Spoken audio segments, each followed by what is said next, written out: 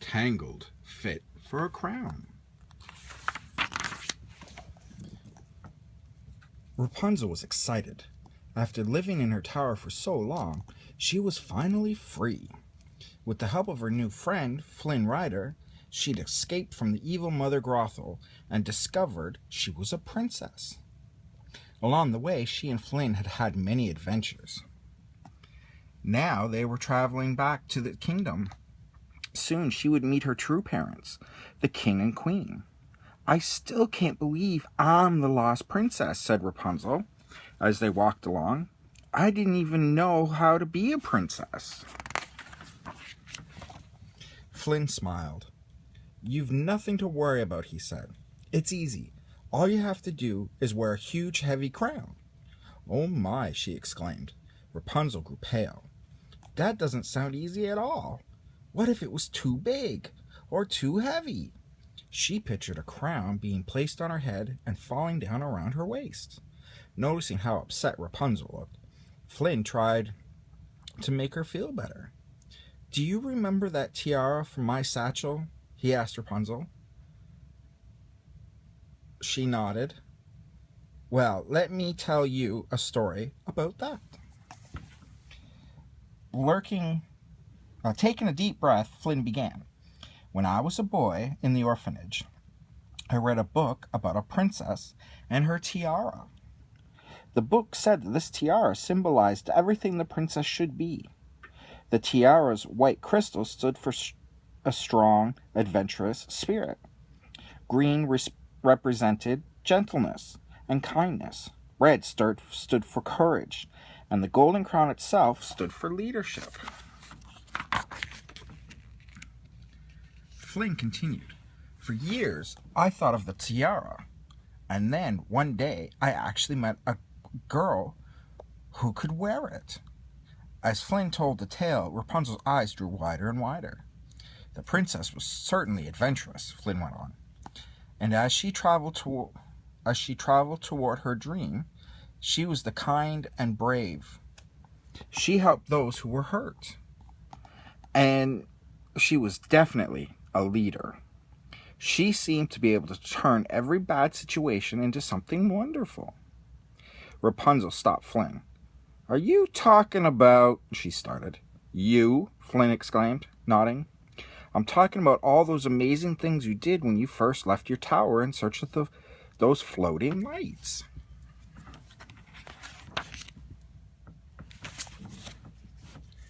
"But if I did all those things when I had long magical hair," Rapunzel replied as they walked over a fallen log. Suddenly, she slipped and almost fell. "Now I just feel off balance," Rapunzel added. With a sigh, "I have no idea how to help anyone without my magic." Before Flynn could reply, they heard a commotion behind them. "Nobody move!" somebody shouted. Then several men came out of the shadows. They looked very dangerous. "Hand over your horse," one of the men demanded.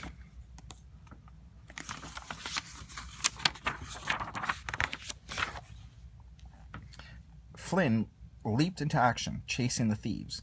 "Rapunzel!" he shouted. "Run away and don't look back!" Rapunzel did not run away. Instead, she tried to rescue Maximus. She tackled one of the thieves and began to pull his hair. Then she saw that Flynn had fallen into the water. Rapunzel ran over and pulled him to safety, and they continued to fight. Soon the thieves were defeated. When it was all over, Rapunzel turned to the leader. "You are not a nice man," she scolded. "Stealing is wrong." "I'm sorry, miss," the man said. He looked very upset. "I just needed your horse. You see, my son is hurt, and I didn't have a horse to take him to the doctor." "Oh my!" Rapunzel exclaimed.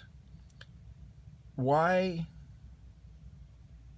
"Oh my!" Rapunzel exclaimed. The man had been wrong to try to steal, but now she understood why he had wanted to take Maximus so badly. "Where is your son?" she asked. The man quickly led Rapunzel, Flynn, and Maximus through the woods. They soon reached a clearing with a small cottage. Rapunzel rushed inside and saw a young boy lying on a bed. When she asked him what hurt, the boy held up his arm. Rapunzel smiled. "You're a strong boy," she said. "I'm going to help you the best I can." Then she patted his arm gently. She knew just what was wrong. She found a piece of cloth and made a sling out of it. Then she put the sling around the boy's arm. It wasn't perfect, but it would work until he could see the doctor. Relieved, the boy's father lifted him onto Maximus's back. Flynn would give him a ride to the kingdom. Watching Flynn and the boy, Rapunzel smiled. She had been worried that without her hair, she wouldn't be able to help people. She realized she had been wrong. She had come to Maximus's rescue. She had helped the young boy, and she had even pulled Flynn out of the river. Together, Rapunzel led Flynn and the boy and his father toward the kingdom. When they arrived, Rapunzel finally met her parents.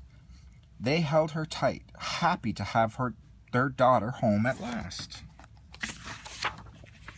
Later, after Rapunzel had received her crown and greeted the kingdom, she asked her parents for a favor. She wanted to make sure her new friends would never have to steal ever again. Rapunzel wanted to help the boy's family. The king and queen agreed.